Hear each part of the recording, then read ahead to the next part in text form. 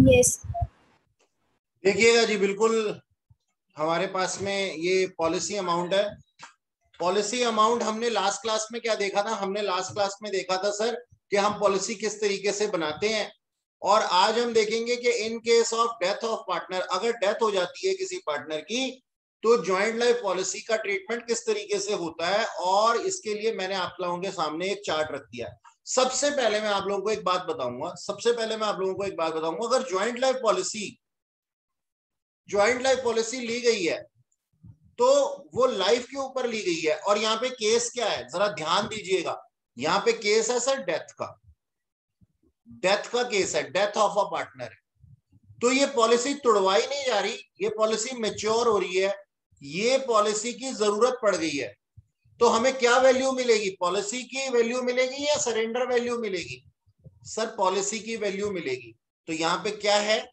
Policy amount, यानी कि joint life policy मैंने किसी पार्टनर के साथ मिलकर के ली 2 लाख रुपए की, और वो पार्टनर गुजर गया, तो ज्वाइंट लाइफ पॉलिसी का अमाउंट मिलेगा जी, सरेंडर वैल्यू नहीं मिलेगी, चाहे कोई भी साल हो। नंबर 1। तो सबसे पहले दिमाग में क्या रखना है? दिमाग में ये रखना है सर कि ज्वाइंट लाइफ पॉलिसी का केस है, इन केस ऑफ डेथ तो हमारे को क्या मिलेगा सर? पॉलिसी अमाउंट मिलेगा, सरेंडर वैल्यू नहीं मिलेगी। डन। अब देखिएगा, अगर आपने ऑर्डिनरी एक्सपेंस मेथड से अपने सारे के सारे प्रीमियम को प्रॉफिट एंड लॉस अकाउंट में चार्ज कर दिया है, यानी कि आप जितना भी अमाउंट हर साल प्रीमियम का खर्चते थे उसको एज एन एसेट नहीं लेते थे, उसको एज एन एक्सपेंडिचर लेते थे, जो कि हमने लास्ट क्लास में देखा, और आप उसको प्रॉफिट एंड लॉस अकाउंट में चार्ज कर देते थे, काम खत्म हो जाता था। और आज आपको मिला है सर पॉलिसी अमाउंट। आज आपको क्या मिला है सर? पॉलिसी अमाउंट मिला है। तो पॉलिसी अमाउंट कितना है सर? पॉलिसी अमाउंट हमारा बहुत सारा है, जैसा कि मैंने अभी बोला 2 लाख रुपए।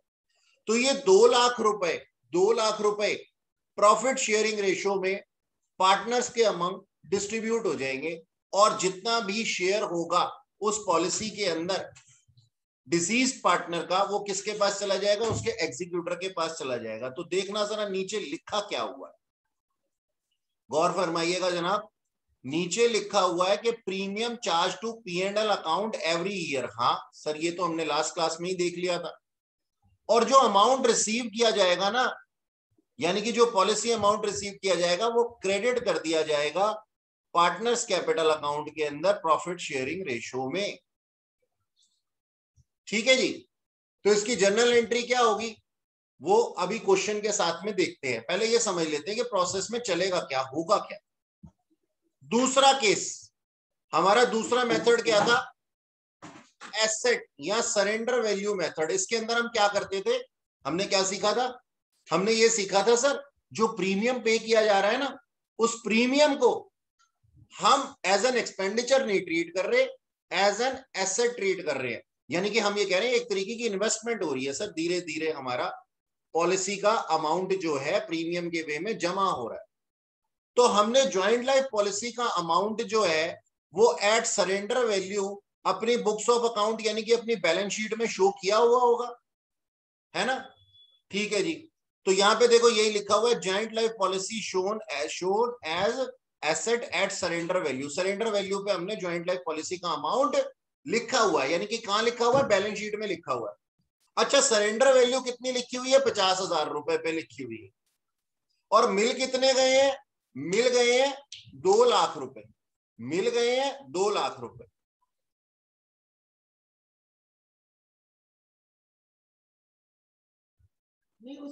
तो हम क्या कहते हैं, हमारे पास में 50,000 रुपए, 50,000 रुपए हमारी सरेंडर वैल्यू थी जो बैलेंस शीट में लिखी हुई है, और अमाउंट कितना रिसीव हो गया? पॉलिसी अमाउंट, यानी कि 2 लाख रुपए।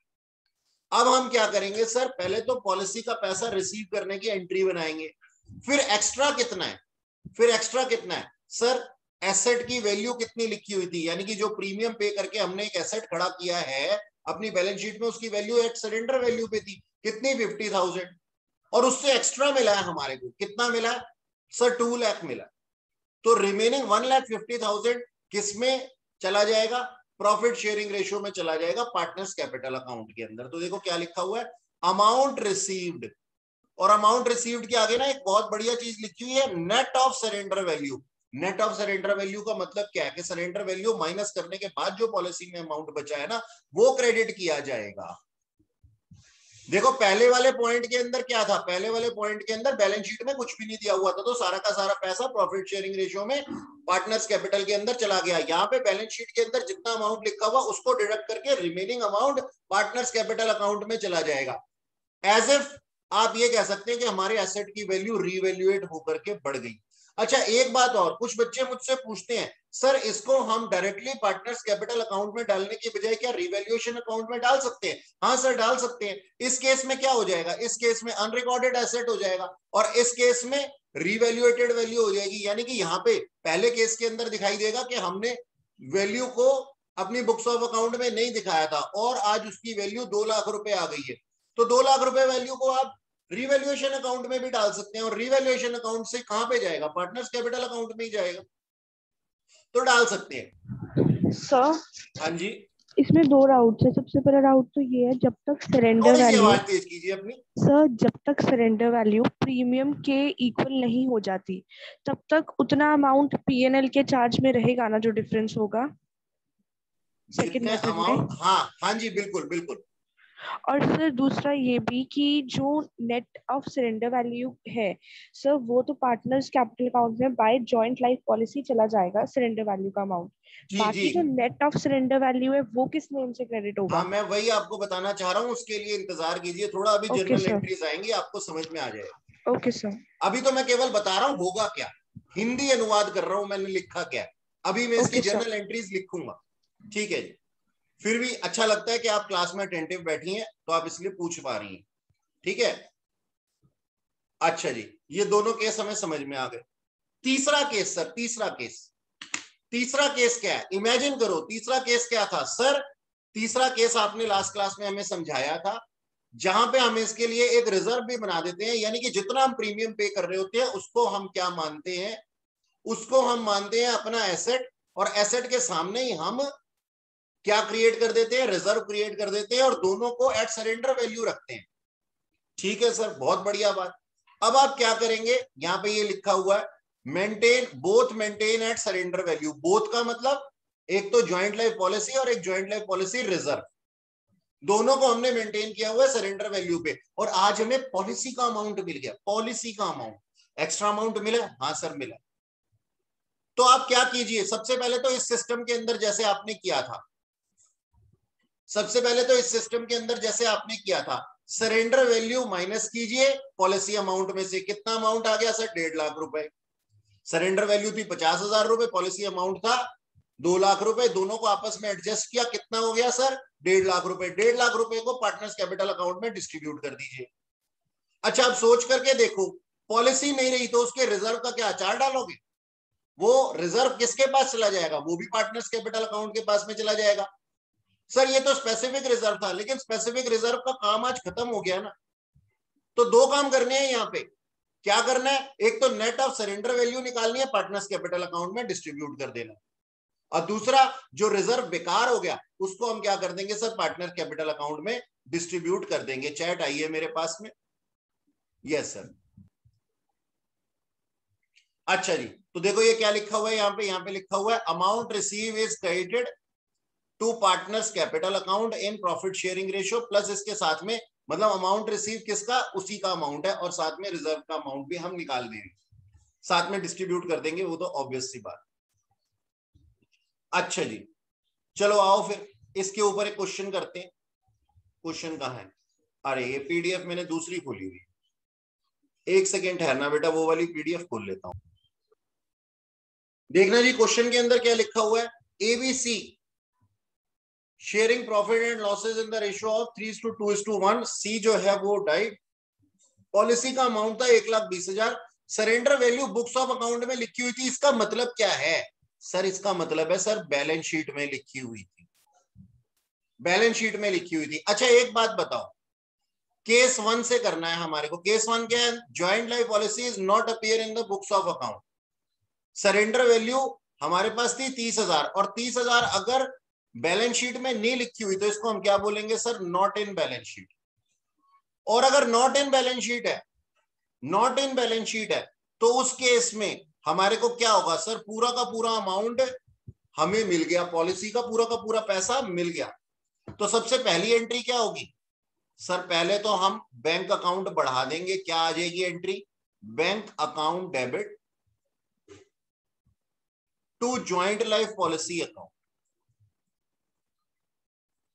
कितना अमाउंट मिला है जी सर, 1,20,000 रुपए मिला है। और क्या हमने इसको सरेंडर वैल्यू पे दिखाया हुआ था बैलेंस शीट के अंदर? पहला मेथड कहता है नहीं दिखाया हुआ था, तो नहीं दिखाया हुआ था तो यहां पे ये डिस्ट्रीब्यूट हो जाएगा किसमें, joint life policy account debit to, partners के नाम क्या थे भाई, A B C, to A's capital account, to B's capital account, to C's capital account. 1,20,000 और प्रॉफिट शेयरिंग रेशियो कितनी है, 7 और 1 8, ठीक है। तो 60 40 और 20, 60,000 40,000 और 20,000 ये डिस्ट्रीब्यूट हो गया। क्यों? क्योंकि पूरा का पूरा अमाउंट जो था, पूरा का पूरा अमाउंट जो था वो क्या था सर, फ्री था। यानी कि किसके पास में आ गया, ये आ गया हमारे पार्टनर्स के पास में इन प्रॉफिट शेयरिंग रेशियो। ठीक जी। अच्छा, अब केस 2 क्या कहता है, केस 2 को भी देख लेते हैं सर। केस 2 के अंदर पहली एंट्री सर सेम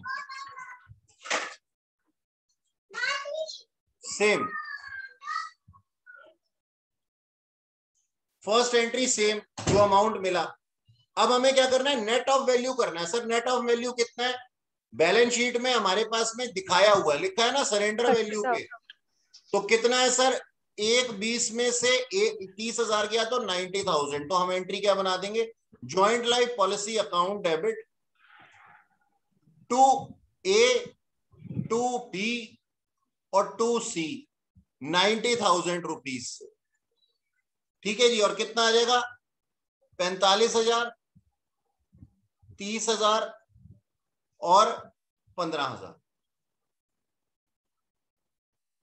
ठीक है सर, ये एंट्री हो गई हमारी, ये हमारी सेकेंड एंट्री हो गई, सेकेंड केस हो गया हमारा। अच्छा सर, आओ अब थर्ड केस सीख लें। केस 3 क्या कहता है sir, first entry same, second entry में हम क्या करेंगे, हम एक तो करेंगे, पहले हमारे पास में जो ज्वाइंट लाइफ पॉलिसी आई है उसकी ये सेम एंट्री हो जाएगी, सेकेंड एंट्री भी सेम हो जाएगी, ज्वाइंट लाइफ पॉलिसी। तो मैं इसमें सेम ही लिख देता हूं, आप भी लिख दीजिए जी, सेम एज इन केस 2, क्योंकि वही वैल्यू है सारी की सारी। ठीक है जी। और जो रिजर्व है मेरे पास में उसको डिस्ट्रीब्यूट कर देता हूं, तो मेरे पास में क्या एंट्री बन जाएगी, joint life policy reserve account debit to A, to B और टू सी। भाई रिजर्व कितने का बनाया होगा हमने, रिजर्व कितने का बनाया होगा हमने, कितने का था सरेंडर वैल्यू पे, ज्वाइंट लाइफ पॉलिसी और joint life policy reserve are maintained है, क्या नाम है, रिजर्व। अच्छा, एक काम और हो सकता है, 30,000 रुपए से हम इसको रिजर्व को डिस्ट्रीब्यूट कर सकते हैं। एक काम और हो सकता है हमारे पास में कि हम पॉलिसी की वैल्यू से रिजर्व को एडजस्ट करें और फिर रिमेनिंग अमाउंट को डिस्ट्रीब्यूट कर दें। चलिए रहने दीजिए, आप इस तरीके से ही कीजिए। सर ये हमारे पास में 30,000 रुपए का रिजर्व था और ये बढ़ जाएगा किसमें, 3:2:1 की रेशो।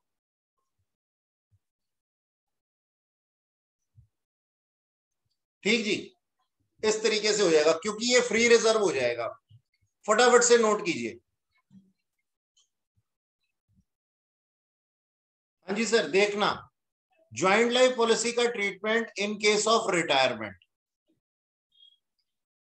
और रिटायरमेंट पे क्या मिलेगा सर, सरेंडर वैल्यू मिलेगी, पॉलिसी अमाउंट नहीं मिलने लगा तुम्हें। ये सबसे पहले अपने दिमाग में रखना है, सबसे पहले कि मिलेगा क्या, सरेंडर वैल्यू मिलेगी। रिटायरमेंट पे कोई पर्सन मर नहीं रहा होता तो वो अपनी वैल्यू का सिर्फ सरेंडर अमाउंट ही ले सकता है, क्योंकि उसकी लाइफ खत्म नहीं हुई, उसका वहां पे टाइम पीरियड खत्म हुआ है। तो मिलेगा क्या, सरेंडर वैल्यू मिलेगा। पॉलिसी अमाउंट कब मिलता है, जब किसी की डेथ होती है, सबसे पहले दिमाग में ही रख। ठीक सर। अब ज्वाइंट लाइफ पॉलिसी के अंदर हम 3 तरीके से हमने बुक्स ऑफ अकाउंट मेंटेन किए हैं। ऑर्डिनरी एक्सपेंस मेथड, जिसके अंदर की हमने अपने प्रीमियम को एज एन एक्सपेंडिचर ट्रीट करके प्रॉफिट एंड लॉस अकाउंट में डिस्ट्रीब्यूट कर दिया, प्रॉफिट एंड लॉस अकाउंट में डाल दिया था हर साल। अब क्या होगा, अब हमें ना पॉलिसी कंपनी से, इंश्योरेंस कंपनी से कुछ अमाउंट मिलेगा, और वो क्या मिलेगा, सरेंडर वैल्यू मिलेगी। और हमारी बुक्स ऑफ अकाउंट के अंदर कोई वैल्यू है नहीं, यानी कि हम सारी को राइट ऑफ कर चुके हैं। प्रॉफिट शेयरिंग हम सारी को राइट ऑफ कर चुके हैं लास्ट ईयर्स में अपने P&L अकाउंट से। तो ज्वाइंट लाइफ पॉलिसी का कोई नामो निशान ही नहीं है हमारी बैलेंस शीट के अंदर, और हमें अमाउंट रिसीव हो गया, क्या, सरेंडर वैल्यू। तो ये कहां चली जाएगी, ये पार्टनर्स कैपिटल अकाउंट में चली जाएगी, PSR में, profit sharing ratio. Done sir. अगर हमारी पॉलिसी जो है वो दिखाई दे रही है एसेट साइड पे, यानी कि हम क्या कर रहे हैं, एसेट या सरेंडर वैल्यू मेथड, तो हमने इसको प्रीमियम को क्या माना है सर, अपना एसेट माना है, इन्वेस्टमेंट माना है एक तरीके की। तो हमने बैलेंस शीट के अंदर इसको एट सरेंडर वैल्यू दिखाया हुआ है। और आज मिला क्या है सर, आज मिला भी सरेंडर वैल्यू ही है हमारे को। तो पूरे से पूरा ही कट जाएगा, कुछ बचेगा ही नहीं। तो no treatment in partners capital account, कुछ बचा ही नहीं ना, बचेगा तभी तो पार्टनर्स कैपिटल अकाउंट में जाएगा। सारा का सारा पैसा कहां से, राइट ऑफ हो जाएगा एसेट साइड पे, जो बैलेंस शीट के अंदर लिखी हुई है ज्वाइंट लाइफ पॉलिसी। अब तीसरा वाला पार्ट, ज्वाइंट लाइफ पॉलिसी और ज्वाइंट लाइफ पॉलिसी रिजर्व दोनों ही दिखाई दे रहे थे at surrender value books of account के अंदर। किस मेथड में, joint life policy reserve method, यानी कि हमने एसेट साइड पे लिखा ही हुआ है, रिजर्व साइड पे भी लिखा हुआ है। अब हमें सरेंडर वैल्यू मिली, सरेंडर वैल्यू पूरी की पूरी कट जाएगी एसेट साइड से, उससे राइट ऑफ हो जाएगा, और रिजर्व क्या हो जाएगा, फ्री हो जाएगा। यानी कि ज्वाइंट लाइफ पॉलिसी की सरेंडर वैल्यू हमारे को मिलेगी, और हमारे एसेट साइड पे जो अमाउंट लिखा हुआ है उसको राइट ऑफ कर देगी पूरे के पूरे को। और सरेंडर वैल्यू पे लिखा हुआ हमारा रिजर्व क्या हो जाएगा, वो फ्री हो जाएगा। तो जैसे ही फ्री हो जाएगा, ये पार्टनर्स कैपिटल अकाउंट में डिस्ट्रीब्यूट हो जाएगा। आई बात समझ में? एंट्रीज बनाना बहुत आसान है सर। सर जी जनाब। 50% तक तो समझ आया था कि हम राइट ऑफ कर देते हैं सरेंडर क्या वैल्यू तक का अमाउंट, सरेंडर क्या जी, वैल्यू क्या? तक का अमाउंट, सरेंडर वैल्यू तक का जो अमाउंट अपेयर होता है बुक में, बैलेंस शीट में, वो तो हम राइट ऑफ कर देते हैं। जी बट सर जनाब। वो भी तो एज अ सेट हमने बनाया होता है ना, उस पर भी तो हमने एक्सपेंडिचर किया होता है। एक बार फिर से बोलना जी। सर बनाया तो उसको हमने तब भी होता है ना एक्सपेंडिचर करके, नहीं जी, उसको सेट टू सेट। आपने इसका मतलब पिछली क्लास देखी नहीं है। बिल्कुल नहीं बोलेंगी आप ऐसा, बिल्कुल नहीं बोलेंगी। आपने एक्सपेंडिचर उसको माना ही नहीं है। एक्सपेंडिचर का मतलब क्या होता है, जो P&L अकाउंट में चार्ज हो जाए। हमने इसको एक्सपेंडिचर माना ही नहीं तीसरे मेथड के अंदर या दूसरे मेथड के अंदर, हमने इसको अपना एसेट माना है। एक बात बताओ, मैं तुम्हें ये कहता हूं, ये पेन है, ये पेन, ये मेरे हाथ में एक पेन है, ये पेन अगर मैं मान लू अपना एक्सपेंडिचर, तो इसको 12 महीने के P&L अकाउंट से राइट ऑफ कर दूंगा ना। लेकिन ये जो मेरा पेन है ना मैडम, ये ऑर्डिनरी पेन नहीं है, ये डिजिटल पेन है। तो मेरा मन नहीं कर रहा कि मैं इसको P&L अकाउंट से राइट ऑफ कर दूं। तो जो मैं प्रीमियम पे कर रहा हूं ना, उसको मेरा मन नहीं कर रहा कि मैं अपने P&L अकाउंट से एडजस्ट कर दूं, क्योंकि ये मैं खर्चा नहीं मान रहा, इसको मैं इन्वेस्टमेंट मान रहा हूं। तो मैं अपने बैलेंस शीट के अंदर दिखाता हूं उसको। कोई भी चीज आपने कभी डेबिट क्रेडिट के रूल देखे हो, तो एसेट और एक्सपेंडिचर के ऊपर सेम ही रूल चलते हैं। क्यों चलते हैं? इसीलिए चलते हैं कि किसी भी चीज को, छोटी है 12 महीने के अंदर हो रही है तो हम एक्सपेंडिचर मान सकते हैं, और वही चीज हम एसेट भी मान सकते हैं अगर वो 12 महीने से ऊपर है। तो डिपेंड करता है उसकी नेचर पे। तो यहाँ पे ये चीज बताओ एक्सपेंडिचर है क्या? नहीं। किसी बुद्धिजीवी ने कहा, पहले साल किसी बंदे ने कहा, कहता है ये तो राइट ऑफ कर दो पूरे के पूरे। फिर एक बुद्धिजीवी ने बताया हमारे को अगले साल, अरे नहीं भाई ये तो तुम्हारी एक तरह की इन्वेस्टमेंट हो रही है, क्योंकि पैसा तो तुम्हें फ्यूचर में मिलेगा ना। फ्यूचर में बेनिफिट देने वाली चीज क्या होती है? Yes asset sir. होती है। तो तुम इसको एज एन एसेट ट्रीट करो। और जब हमने उसको एसेट ट्रीट किया ना, तो हमने उसको P&L अकाउंट में नहीं डाला। समझ में आई गुड़िया? Yes sir. हाँ, ये है लॉजिक इसके पीछे। और पिछली क्लास अच्छे से देख लेना, तो तीनों मेथड क्लियर हो जाएंगे। Okay sir. हाँ, रिकॉर्डिंग भेज दी थी मैंने। जी आ जाओ सर। जी। अब क्या होना है, इस चीज को जरा रिकॉर्ड कर लें अपने क्वेश्चन के अंदर। सबसे पहले चलो, सबसे पहले तो इसकी जगह ही बना लेते हैं, केस 1, 2 और 3। ये आया सर हमारा केस 1, ये आया सर केस 2 और ये आया सर केस 3। क्या कहता है क्वेश्चन? एबीसी 3 पार्टनर थे, 3:2:1 की रेशियो थी। सी रिटायर हो गए भाई साहब। पॉलिसी अमाउंट था 1,20,000, सरेंडर वैल्यू थी 30,000 रुपए, और सब कुछ वही है, पूरा का पूरा क्वेश्चन ही वही है। अब हमें मिलेगी क्या? अब हमें सरेंडर वैल्यू मिलेगी। पहले एक बात समझ लेना, क्यों? क्योंकि भाई साहब यहाँ पे लिखा हुआ है सर, ये सी भाई साहब ना फॉर्म से गए हैं, दुनिया से नहीं गए। बस ये चेक कर लेना एक बार। सरेंडर वैल्यू मिलेगी अपने, सरेंडर वैल्यू मिलेगी। सबसे पहले वही एंट्री बना देंगे हम। क्या? Bank account debit, bank account debit to joint life policy account. और कितना मिलेगा सर? 30,000 रुपए मिलेगा। 1,20 नहीं मिलने लगा, क्योंकि अभी के कोई दुनिया से थोड़ी गया है। ठीक है सर। अच्छा, नंबर 2 एंट्री, पूरा का पूरा पैसा फ्री है ना, क्योंकि बैलेंस शीट में तो कुछ लिखा ही नहीं था। राइट ऑफ किसको करोगे? तो सारे के सारे पैसे को हम क्या कर देंगे सर? प्रॉफिट शेयरिंग रेशियो में डिस्ट्रीब्यूट कर देंगे। क्या एंट्री आ जाएगी? Joint life policy account debit to A भाई साहब, टू बी भाई साहब, टू सी भाई साहब। कितना रुपया सर? 30,000 रुपया। रेशियो क्या है सर? 3:2:1 है। 15, 10, 5। डन। इनका तो हो गया काम खत्म, इनका तो हो गया जी गुड डे। सेकेंड केस हमारी बैलेंस शीट के अंदर दिखाई दे रहा है। पहली एंट्री तो बनेगी बनेगी सर सेम, और दूसरी कोई एंट्री ही नहीं है, नो एंट्री है ना। देखिए नो एंट्री, तुमने मजाकिया मूवी है। सलमान खान पूरे टाइम पे उसको फंसाने की कोशिश करता रहता है, अनिल कपूर को। चलो एग्जाम हो जाएगा ना, फिर सारे बैठ करके साथ में मूवी देखेंगे कोई बढ़िया सी। अच्छा जी, थर्ड केस के अंदर, थर्ड केस के अंदर सर पहली एंट्री सेम, दूसरी एंट्री सर राइट ऑफ हो गया पूरा का पूरा पैसा, नो एंट्री। क्यों? 30,000 रुपए मिले, 30,000 एसेट साइड पे भी लिखे, राइट ऑफ हो गए। तीसरा, अब रिजर्व फ्री हो गया, रिजर्व फ्री हो गया तो रिजर्व को बांट देंगे। Joint life policy reserve account debit to A, to B, to C. ठीक है, रिजर्व कितने का था? 30,000 रुपए का था। तो कितना आ जाएगा? 15, 10, 5।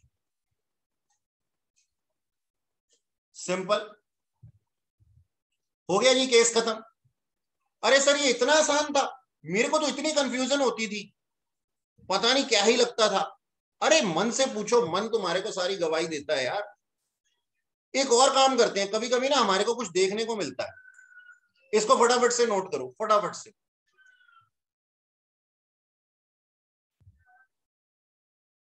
हाँ जी सर। अब कभी कभी ऐसा होता है हमारे क्वेश्चन के अंदर, असल जिंदगी में ऐसा नहीं होता, वरना तो हम सिर ही फोड़ दें, जो क्या नाम है कंपनी है उसका। कभी कभी हमारे क्वेश्चन कहते हैं कि ना वैल्यू सरेंडर वैल्यू से कुछ ज्यादा मिल जाती है या कुछ कम मिल जाती है। जैसे कि मान लो हमारे को क्वेश्चन में दिया हुआ है, इसको लिखना इंपॉर्टेंट पॉइंट। ठीक है जी, तो ये हम कर सकते हैं। मान लो हमारी बैलेंस शीट में दिया हुआ है, हमारी बैलेंस शीट में सरेंडर वैल्यू कितनी दी हुई है ज्वाइंट लाइफ पॉलिसी की? सर 30,000 रुपए। और हमें एडजस्टमेंट में दिया हुआ है सर ज्वाइंट लाइफ पॉलिसी हमें मिली है sir 20,000 rupees. Oh my God, अब क्या करेंगे? ज्वाइंट लाइफ पॉलिसी का इतना अमाउंट रिसीव हुआ है, तो amount receive is less than value in books of account, यानी कि बैलेंस शीट में जो अमाउंट दिया वो उससे भी कम है। राइट ऑफ कैसे होगी? अब राइट ऑफ कैसे होगी? राइट ऑफ नहीं हो पाएगी। तो हमारी नॉर्मली एंट्री क्या बनती थी? पहली एंट्री तो हमारी क्या बन जाएगी सर? वही बन जाएगी, bank account debit to joint life policy account. Bank account debit to joint life policy account, यानी कि जो दिया है उसको तो पहले उठाओ। कंपनी से हमने 20,000 रुपए पहले ले लिए, ठीक है सर। नंबर 2 एंट्री बनेगी। देखो हमारी नंबर 2 एंट्री क्या बनती थी? हमारी नंबर 2 एंट्री बनती थी ना कि जो अमाउंट था उसको हम क्या नाम है यहाँ से राइट ऑफ करते थे। तो राइट ऑफ करने के लिए ज्वाइंट लाइफ पॉलिसी से जो पैसा मिला था उसको हम राइट ऑफ करते थे joint life policy account debit to joint life policy account, ठीक है ना। तो दोनों को राइट ऑफ करते थे। लेकिन अब क्या होगा? अब तो सर 10,000 रुपए और बच जाएंगे। तो वो 10,000 रुपए के लिए हम क्या करेंगे सर? रीवैल्यूएशन अकाउंट को ओपन करेंगे। रीवैल्यूएशन अकाउंट डेबिट उस 10,000 रुपए के डिफरेंस के लिए, कौन से 10,000 है ये? 30,000 माइनस 20,000, उस 10,000 रुपए के डिफरेंस के लिए हम रीवैल्यूएशन अकाउंट ओपन करते हैं। फिर ये जाएगा किसके पास में सर? ये जाएगा किसके पास में? मतलब जाएगा से मतलब ये ट्रांसफर किसके पास में होगा बाद में? सर ये तो हमारे पास में उसके पास चला जाएगा ना, पार्टनर्स कैपिटल अकाउंट के पास। तो हम यहाँ क्या लिख रहे हैं? पहले तो revaluation account debit to joint life policy account. तो आप इसको रीवैल्यूएशन अकाउंट भी कह सकते हैं या फिर आप इसको पार्टनर्स कैपिटल अकाउंट भी कह सकते हैं। पार्टनर्स कैपिटल अकाउंट डेबिट,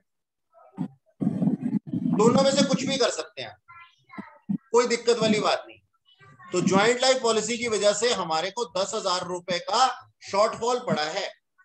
कितने से हम एडजस्ट कर सके? देखो आज हमने रिसीव किया कितना सर? 20,000। हमारे पास में 30,000 था राइट ऑफ करने के लिए।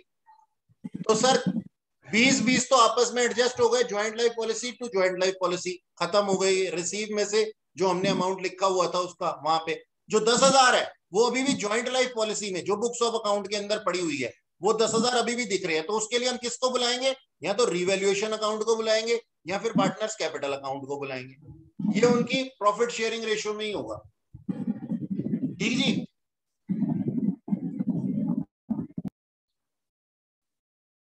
देखना जी एक बारी फिर से, डेथ ऑफ अ पार्टनर हो रहा है और डेथ ऑफ अ पार्टनर के अंदर हमारे पास में क्या होता है सर? पॉलिसी होती है, सेपरेट पॉलिसी है। यहाँ पे सेपरेट पॉलिसी किस तरीके से है? सेपरेट पॉलिसी इस तरीके से है कि ज्वाइंट लाइफ पॉलिसी 20 लाख रुपए की किसी एक के नाम पे, बी और सी तीनों के नाम पे नहीं थी। यहाँ पे क्या था? यहाँ पे एक 20 लाख रुपए थी लेकिन उनके अंदर वैल्यूज थी अलग अलग कि 10 लाख एक की है, 5 लाख एक की है और 5 लाख तीसरे की है। अब सोच करके देखो कि ये हमारे पास में पॉलिसी अमाउंट है ए बी सी की, अलग अलग पॉलिसी की वैल्यू कितनी है? 1-20 1-20 1-20 और सरेंडर वैल्यू कितनी है सर? 30-30-30।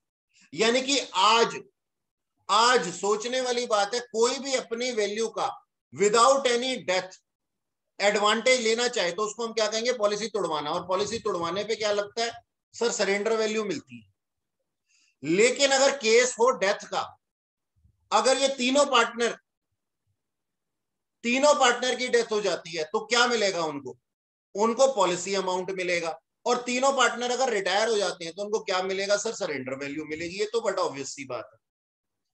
अब हम क्या कहते हैं? एक पार्टनर रिटायर हो रहा है तो एक पार्टनर का अधिकार जो है वो किसके अंदर है? पॉलिसी के, सॉरी रिटायर नहीं, डेथ हो रही है उसकी, डेथ का केस कर रहे हैं अभी, रिटायरमेंट का भी करेंगे।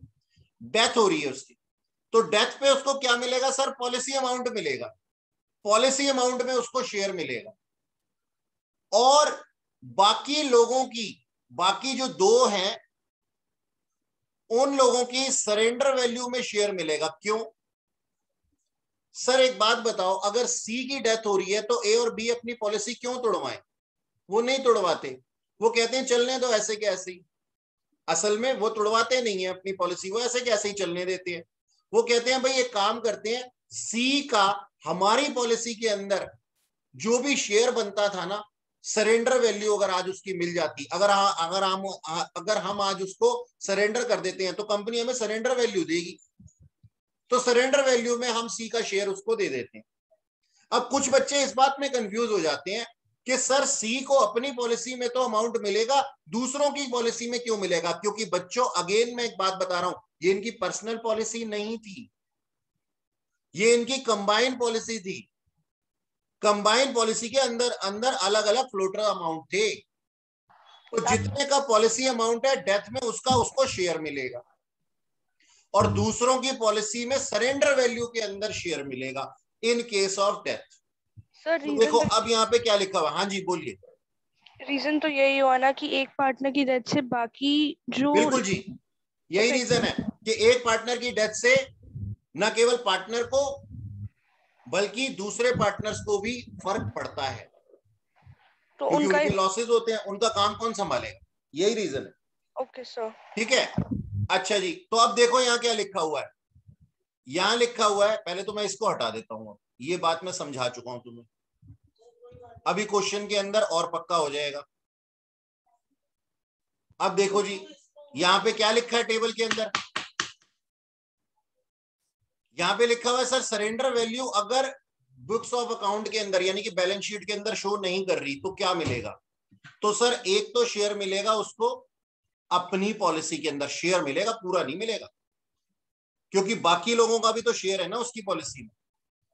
ठीक है, तो शेयर मिलेगा अपनी पॉलिसी में, और नंबर दो, शेयर मिलेगा in surrender value of remaining partner, remaining partner की सरेंडर वैल्यू में शेयर मिलेगा अगर ये बुक्स ऑफ अकाउंट में अपीयर नहीं हो रही तो।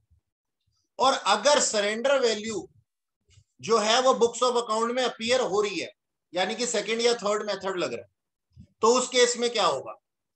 उसको पॉलिसी अमाउंट मिलेगा, उसको क्या मिलेगा सर? पॉलिसी अमाउंट मिलेगा, और पॉलिसी अमाउंट में से राइट ऑफ करना पड़ेगा उसको अपना सरेंडर वैल्यू।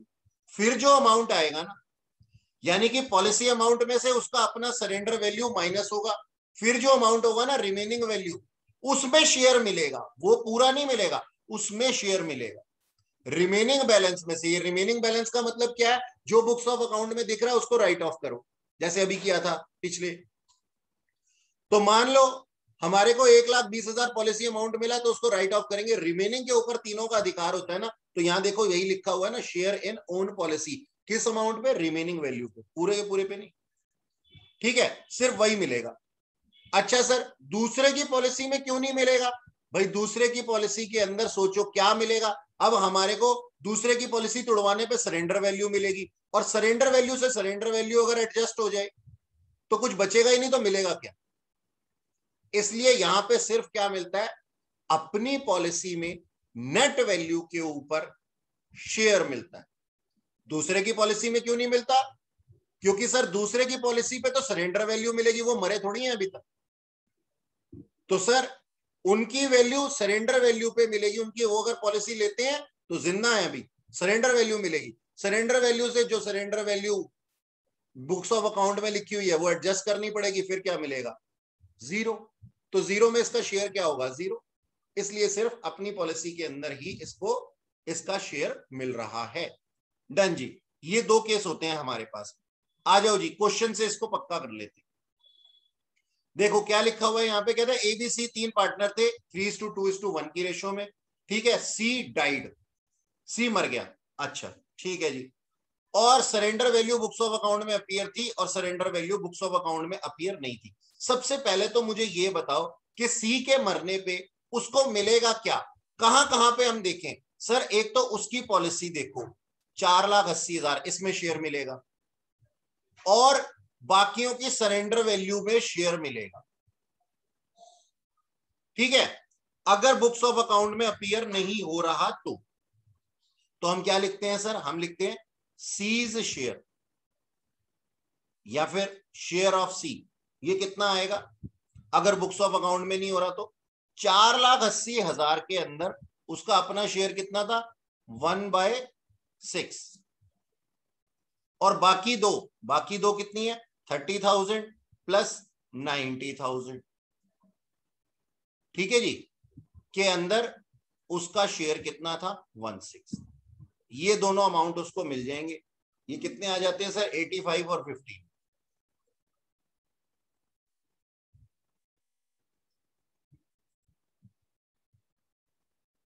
80 और 50 तो टोटल कितना हो गया 95,000, 95,000। सर ये 30+16 नहीं आएगा सर? क्या क्या क्या सर ये आपने सेकंड वाले में 30 और 90 लिखा है। तो 30 और 60 आएगा। ओहो गलत लिख दिया, 90 जगह 60 आएगा। हाँ जी, मैंने वहां पे तो सही जगह पे लगाया मार्कर, यहाँ गलत देख लिया। ठीक, और सेकंड केस के अंदर क्या मिलेगा सर? सेकंड केस के अंदर सिर्फ इसको ये वाली वैल्यू मिलेगी 480, क्योंकि जिनको वैल्यू मिलेगी उनको सरेंडर वैल्यू मिलेगी। सरेंडर वैल्यू में से इनकी बुक्स ऑफ अकाउंट के अंदर, अब देखो लिखा ना appear in books of account, already appear है। इनको मिला क्या सरेंडर वैल्यू, यहाँ पे कितना लिखा है 30 और यहाँ पे लिखा है 60। इन दोनों को सरेंडर वैल्यू मिली। लो जी, 30 से 30 एडजस्ट हो गया, क्या बचा ठुल्लू बाबा जी का? 60 से 60 एडजस्ट हो गया, कुछ भी नहीं बचा। तो भैया बचा क्या? सिर्फ ये 480 ही तो बचा। तो 480 के अंदर ही इसको सिर्फ शेयर देंगे, 4,80,000 रुपए का 1/6 80,000। ठीक है? ओ सॉरी, गलत कर दिया, नेट वैल्यू लेनी थी ना। तो 4,80,000 रुपए में से सरेंडर वैल्यू माइनस करो, क्योंकि उसको भी तो राइट ऑफ करना है ना, क्योंकि वो बुक्स ऑफ अकाउंट में है। तो ये कितना आ जाएगा 3,90,000। और अब 3,90,000 रुपए में 1/6। ठीक है, तो इन दोनों को पहले एडजस्ट करना है। इन दोनों को ये मिला और ये लिखा हुआ है, एडजस्ट करो, क्या बचेगा 390। 390 का 1/6 65,000। ये उसके हाथ में आ जाएगा, ये सीज शेयर है।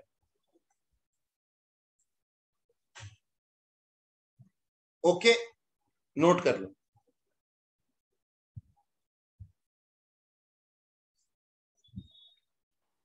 हाँ जी, देखना ये लास्ट केस है हमारे पास में।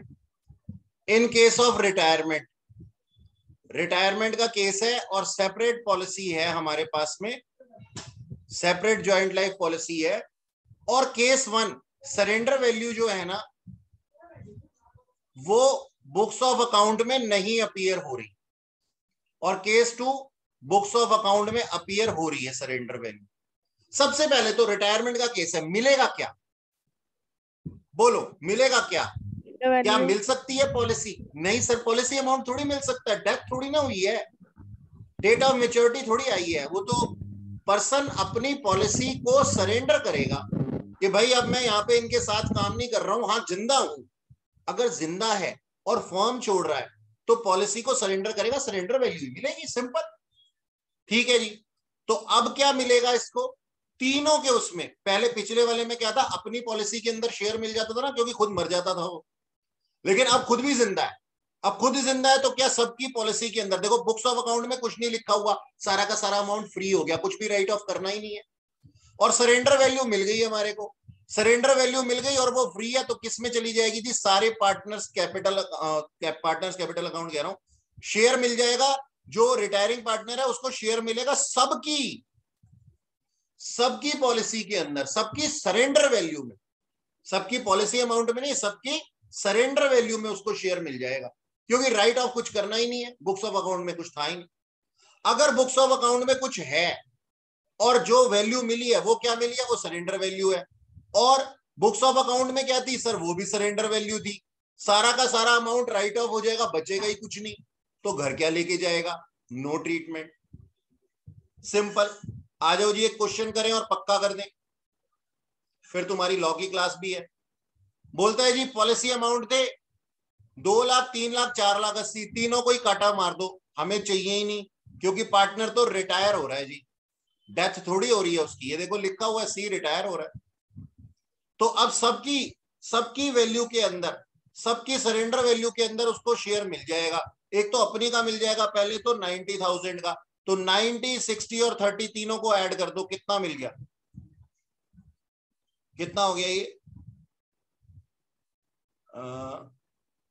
टोटल कर लो ना, 90 और 30, 90, 30 और 180 180, 1,80,000 का 1/6 कितना हो गया, कंबाइन कर दिया ये मैंने, कभी कोई सोचेगा कैसे आया है ये, 30,000 प्लस 60,000 प्लस 90,000।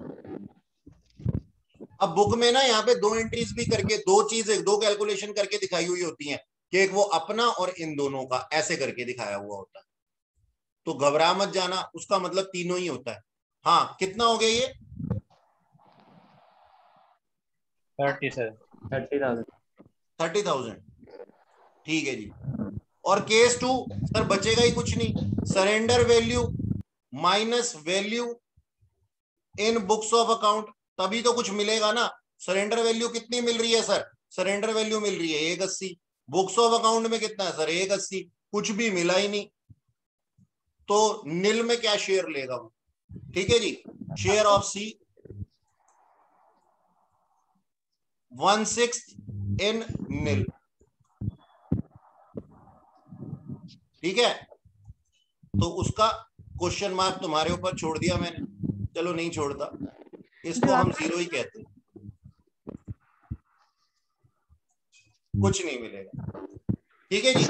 लूं आपको हाँ जी, सर, अब एक बात बताइए कि ये सेपरेट पॉलिसी है तो अपनी भी उसको ऑफ कोर्स सरेंडर वैल्यू मिलेगी, बट बाकियों की सरेंडर वैल्यू क्यों मिलेगी रिटायरमेंट पे? हाँ अभी जब थोड़ी देर पहले मैं यही तो बात कह रहा था, बाकियों की सरेंडर वैल्यू, बाकी क्यों सरेंडर करेंगे सर, लेकिन एक बात बताओ, इनकी सरेंडर वैल्यू में इनकी पॉलिसी के अंदर इसने भी कंट्रीब्यूट किया होगा कि नहीं किया होगा। तो आज ये पता है क्या कह रहा है, आज ये कह रहा है जितना मैंने कंट्रीब्यूशन किया है और मैं बाहर जा रहा हूं, तो मैं आज के बाद तो तुमसे अमाउंट लूंगा नहीं।